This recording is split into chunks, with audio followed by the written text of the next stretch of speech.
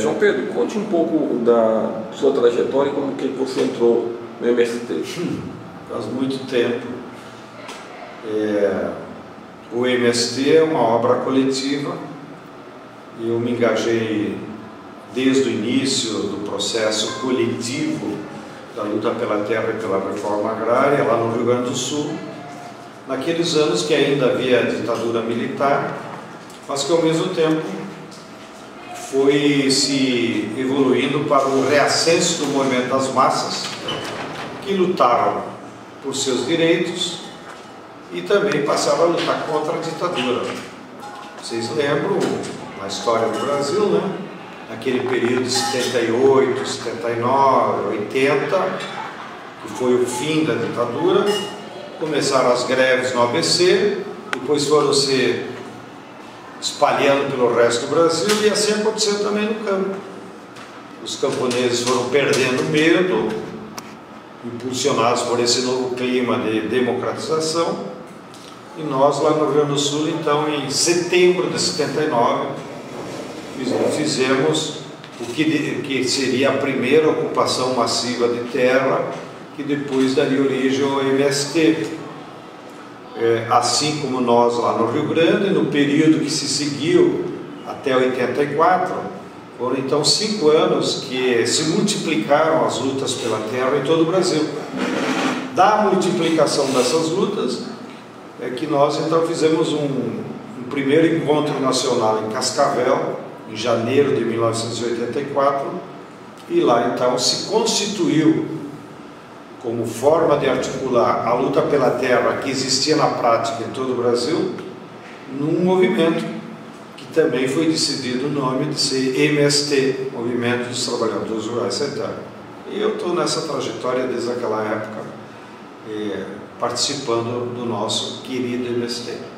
A burguesia capitalista insiste em rotular o MST de organização criminosa.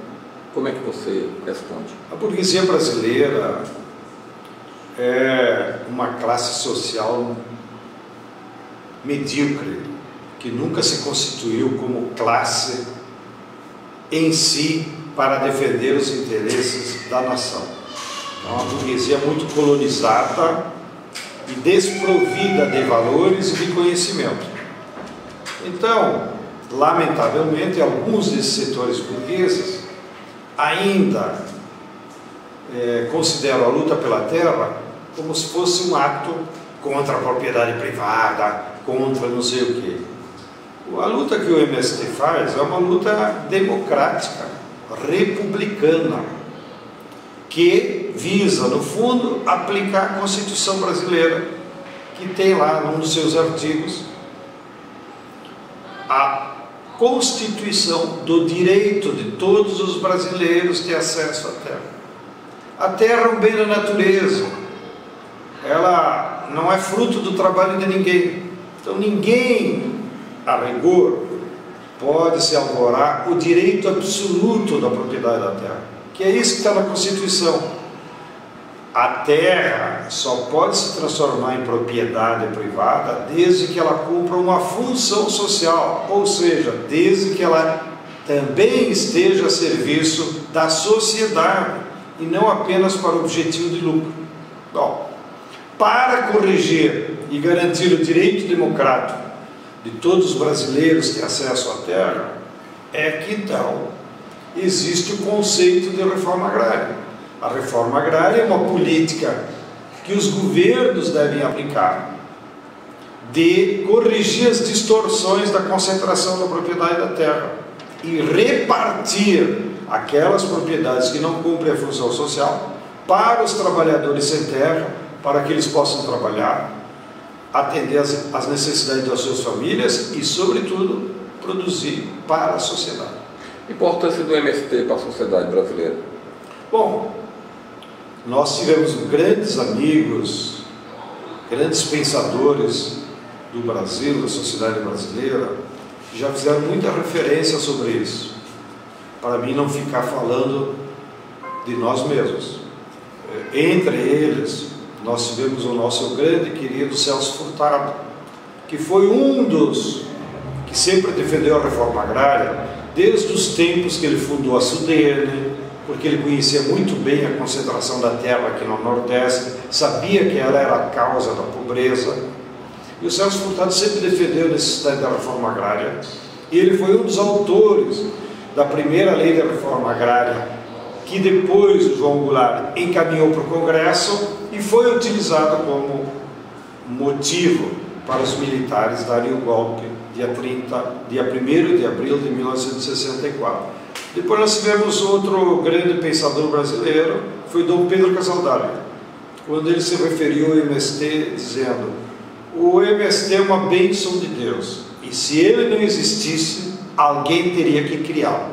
Porque o objetivo do MST é organizar a população mais pobre do campo para que ela se emancipe, para que ela conquiste o direito de deixar de ser explorada por alguém, por um patrão, por não sei quem, e tenha acesso à terra, para que ela possa trabalhar na terra com a sua família, ou em outras formas associativas, e tirar da terra não só o seu sustento, mas colocar esse bem na natureza, mal utilizado pela burguesia, que só utiliza as terras para especulação e para lucro, e utilizar então essas terras para que as terras cumpram a função civilizatória que a agricultura tem na humanidade, que é produzir alimentos saudáveis para a população.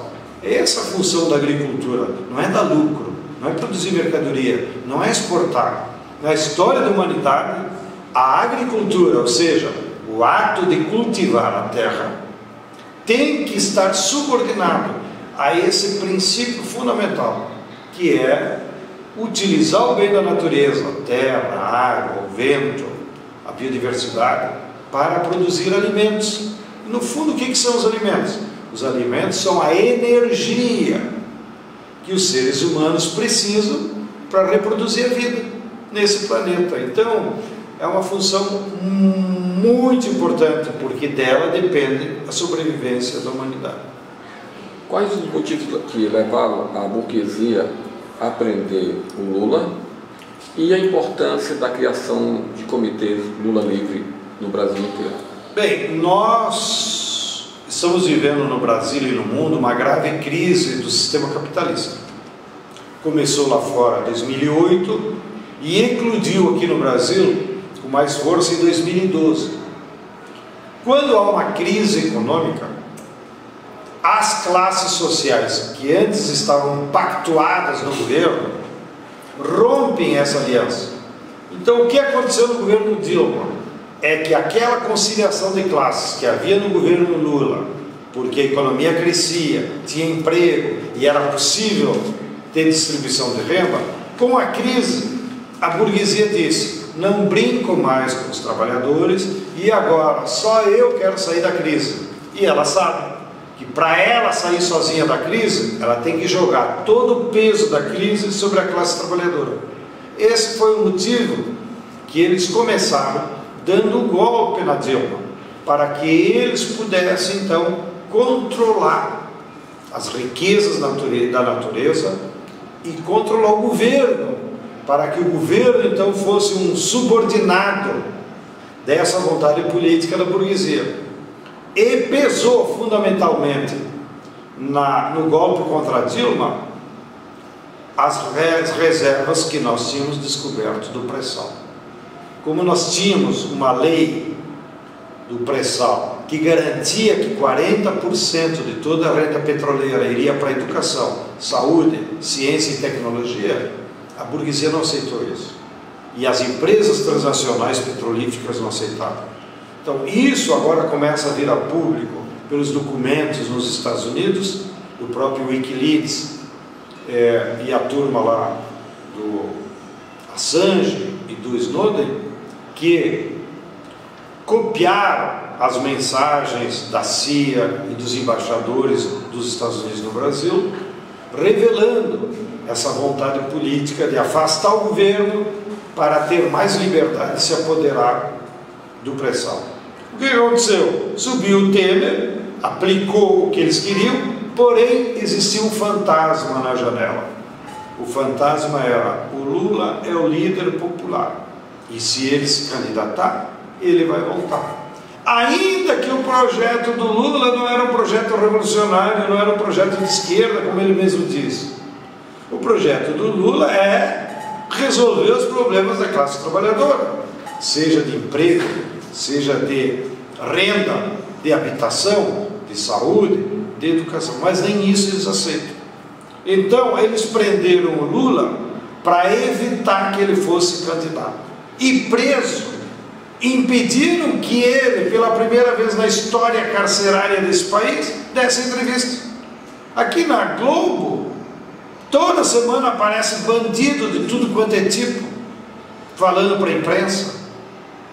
O ex-governador Cabral, condenado a 200 anos, corrupto assumido, porque ele roubava para ele, lá, dá entrevista para a imprensa. O Lula foi proibido, que é um direito constitucional. Um preso não é um defunto.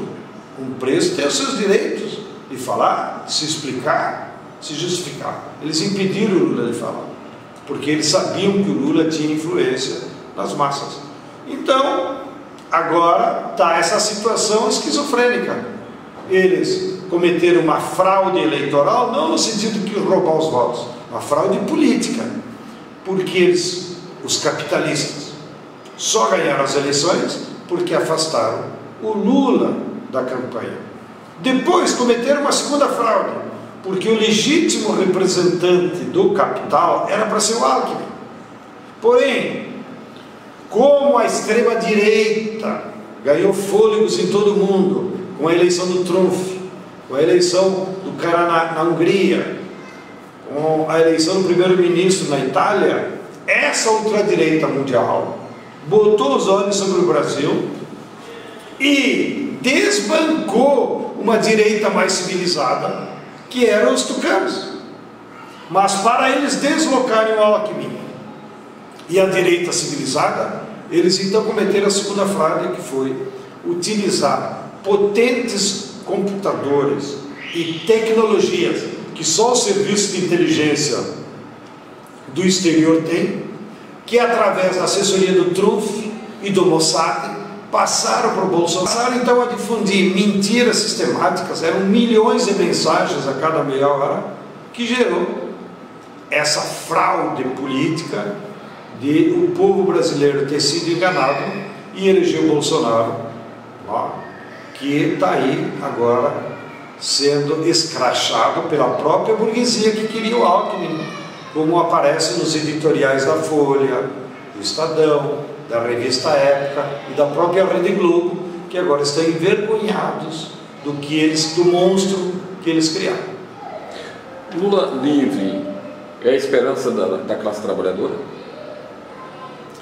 O Lula é o maior líder popular que nós produzimos depois da ditadura militar e já no meio da ditadura militar. Portanto, ele é o resultado do acúmulo político que a classe trabalhadora fez nesse país nos últimos 50 anos.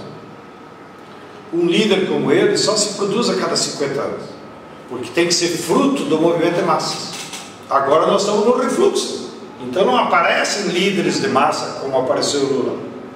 Então o Lula solto, ele se transformará num propagandista de um outro projeto, num agitador, se quisermos, das ideias, porque ele é o único que consegue reunir multidões, milhões de trabalhadores, seja nas caravanas percorrendo o país, seja em programas de televisão, é o único que o povo escuta.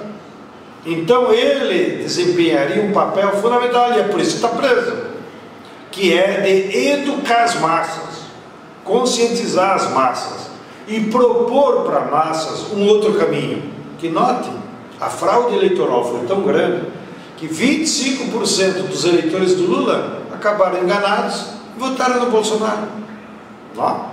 Então, o Bolsonaro é uma fraude por causa disso, porque ele não tem representação social real na sociedade. Ganhou a eleição, não foi roubando, porém não há uma contrapartida real das forças vivas da sociedade brasileira, nem na burguesia, nem na classe média e muito menos na classe trabalhadora. Então nós esperamos, e por isso que a libertação do Lula é a prioridade número 1 de todo militante, de todas as forças de esquerda, porque o Lula aprisionado é também o aprisionamento das ideias de esquerda, é o aprisionamento de um outro projeto. É como se a burguesia dissesse, daqui para diante não vale mais o jogo democrático, e vocês estão presos. Então, com o Lula, não é só ele que está preso, está presa a esquerda, está presa um projeto alternativo para o Brasil. Como é que você analisa a questão da saída do Lula de Curitiba e ficou refém da Polícia Federal e do STF no sepultamento do Netinho? Primeiro, foi uma vergonha eles terem pedido que o Lula fosse no velório do irmão, que era o irmão mais velho, e que sempre ajudou todos os outros irmãos mais jovens. Já foi uma vergonha internacional que repercutiu em toda a imprensa mundial. Bom, agora com o Netinho, também morto de uma forma trágica, aí a juíza, eu acho que criou vergonha por conta daquela pressão anterior e liberou Lula. Mas mesmo assim cometeu outra injustiça, ao determinar na sentença que o Lula pudesse ficar apenas 1h30 no velório. Como se ficasse 2 horas, 3 horas, o que vai alterar? E como se alguém do PT fosse sequestrá-lo, ou se ele fosse transformar o velório no comício. As pessoas têm juízo, todo mundo quer respeitar a dor dos outros, é o enterro de um ente querido, isso não é qualquer coisa, não é banal. Então o Lula saiu de manhã cedo de Curitiba e acabou ficando no aeroporto de Congonhas durante 2 horas, lá numa salinha, porque então o próprio Lula colocou uma condição. Tá bom, se eu só posso ficar 1h30, eu quero ficar a última 1h30. Claro, que era a despedida final. Você imagina, o Lula vai no início da manhã no velório e sai, ou seja, cria um clima pior ainda. Então o Lula chegou no velório aí pelas 11 horas, também sob forte aparato policial, que é uma vergonha. Eles poderiam ter usado uma segurança mais discreta, armados com metralhadora, com fuzil, como se estivesse indo na guerra, e com uma provocação que revela todo o caráter desse governo, quando um dos agentes da Polícia Federal colocou no peito dele, ou seja, para não deixar dúvida, para as câmaras focarem, o símbolo da SWAT, que é a Polícia Federal dos Estados Unidos. E ele colocou ainda a SWAT de Miami, que ele é muito emblemático, que é o território da lumpenburguesia mundial. Todos os personagens ruins da América Latina se exiliam em Miami. Então faz sentido esse policial federal ter como referência a polícia de Miami. Mas para o povo brasileiro, para as forças armadas brasileiras, isso é um assinte. Ou seja, eles querem transformar isso aqui numa colônia, então apliquem o inglês mesmo, adotem o dólar, escancarem de uma vez o projeto de vocês. Mas parem de se chamar brasileiros. Brasileiros somos nós que queremos construir um país para os brasileiros e não para os capitalistas dos Estados Unidos. A burguesia vai aceitar Lula Prêmio Nobel da Paz? O Prêmio Nobel da Paz vai depender de uma grande articulação internacional. Ele já foi registrado como candidato por indicação de 2 outros prêmios Nobel, um tunisiano e o Adolfo Pérez Esquivel, e agora nós temos que fazer uma imensa campanha no mundo inteiro para que as pessoas individualmente apoiem, adirem, que há um sistema na internet que você entra lá e apoia com o teu nome. Já temos apoio de 660 mil pessoas, mas o nosso objetivo é chegar a milhões, para que então isso demonstre para o Conselho Real da Noruega, que é quem decide, que de fato o Lula é um personagem que representa a paz, a luta contra a fome, a luta pela soberania dos povos em todo o mundo e não só para o Brasil. Pedro, por que essa onda cresceu de ódio no país e como é que você analisa esses 68 dias de tragédia Jair Bolsonaro? Bem, essas manifestações de ódio que há na sociedade brasileira, eu tenho ouvido várias explicações, tendo várias raízes e origens. Então, cada um de vocês pode ter também a sua interpretação, porque são múltiplos os fatores. Talvez a mais estruturante é a explicação que o Gessé de Souza, grande sociólogo brasileiro, deu, que no fundo a burguesia brasileira ainda não saiu da escravidão. É por isso, inclusive, que o Brasil é o país do mundo que tem mais empregada doméstica. Porque a primeira coisa que a classe média faz no Brasil, mesmo sendo professora universitária, é contratar uma empregada doméstica. E 70% dos empregados domésticos no Brasil são negras, mulheres necessitadas. Então, é essas raízes da escravidão que criaram um país extremamente desigual. E mais do que desigual, os ricos não aceitam conviver com os pobres. Então, quando os pobres, no período Lula, tiveram mais distribuição de renda, ascenderam a universidade, começaram a andar de avião, é como se a senzala começasse a almoçar na Casa Grande. E isso eles não aceitaram. E isso instigou, então, sentimentos atávicos, históricos dessa burguesia nojenta, que passou a se manifestar. Aqueles que eles só tinham para eles, de ficar com nojo da empregada, agora eles manifestaram publicamente pelas redes sociais e na campanha eleitoral que o Bolsonaro fez, uma campanha fundada apenas no estigmatismo, no racismo, no ódio, na misoginia, como é próprio do discurso deles. Fale um pouco assim, sobre a reforma da Previdência e, em seguida, qual a importância do papel Papa Francisco, no momento atual, que ele faz enfrentamento contra a burguesia capitalista. A Previdência só tem um objetivo. Eles querem privatizar a Previdência. Deixar os pobres, a turma do salário mínimo, e até diminuir, porque eles querem desvincular o benefício da Previdência com o salário mínimo. Então o pobre vai ganhar lá 700, 800. Eles até botaram na reforma que as pessoas que não contribuíram, depois de 65 anos, poderiam se aposentar e ganhariam R$400 por mês. Então esse é o que eles vão reservar para os pobres. Agora, as categorias que têm uma renda maior, professor universitário, petroleiro, metalúrgico já com carreira, eles querem pegar a poupança desse trabalhador e botar ele lá na previdência privada. Porque a previdência privada é assim: você vai começar então a depositar num fundo do banco 100, 200, 500 reais por mês, não vai receber nada por essa poupança, com a promessa que daqui a 20, 30 anos, quando você se aposentar, eles vão te complementar a aposentadoria. Esse é o objetivo. Que o resultado vai ser o quê? Os bancos vão se apropriar de uma poupança da classe trabalhadora durante 20, 30 anos sem pagar nada de juros.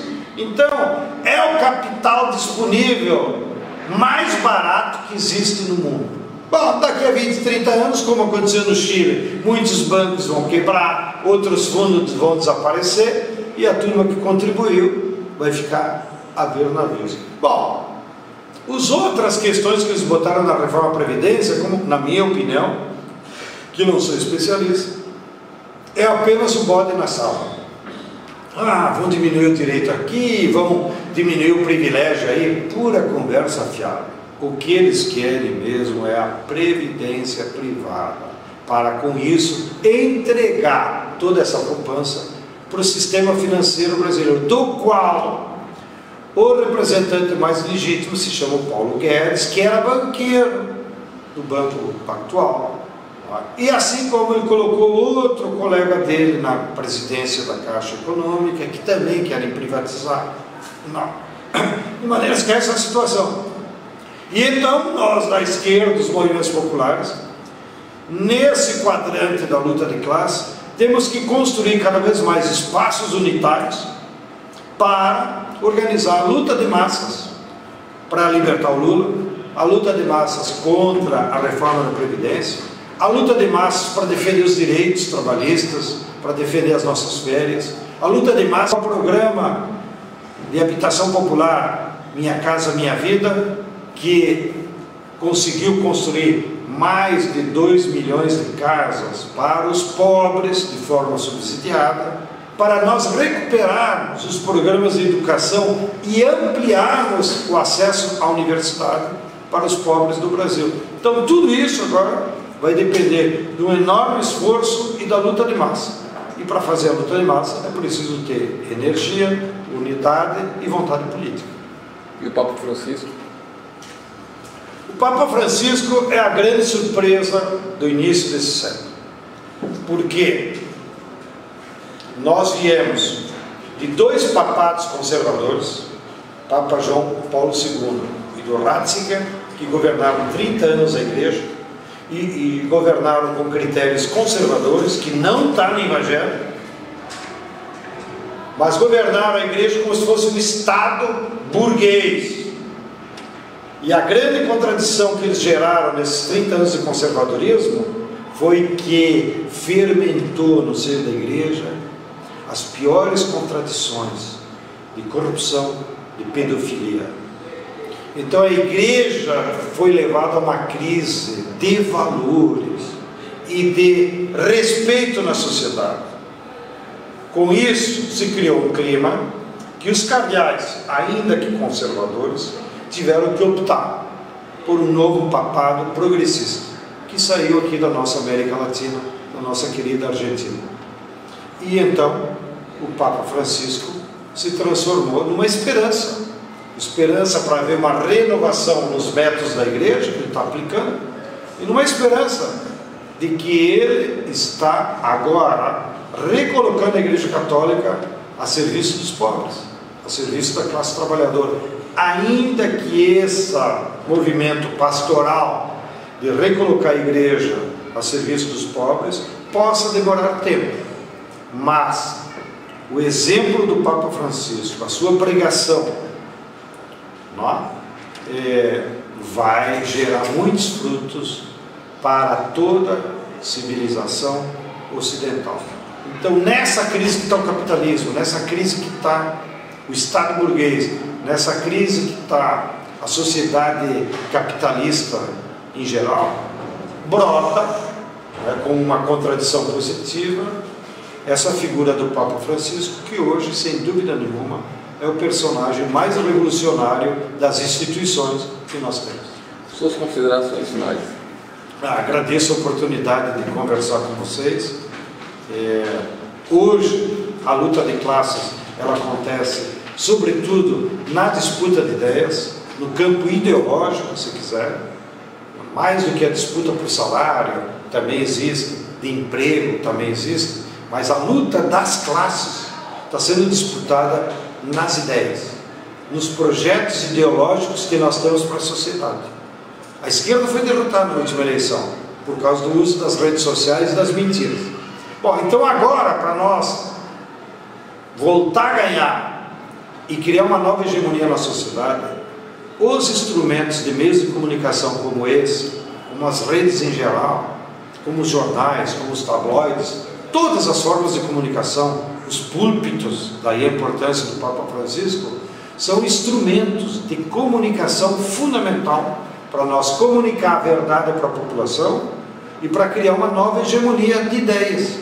Então, o papel que vocês, jornalistas livres, de forma voluntariosa, dedicada, estão cumprindo na sociedade brasileira, é importantíssimo, e por isso cumprimento vocês por esse trabalho militante, e tenho certeza que essa noite escura que nós estamos vivendo, dessa mediocridade desse governo, dessas ideias que pululam por aí, certamente vão ser derrotadas, porque o povo brasileiro é progressista e porque não há outra forma de resolver os problemas do povo se ele não se juntar e não lutar.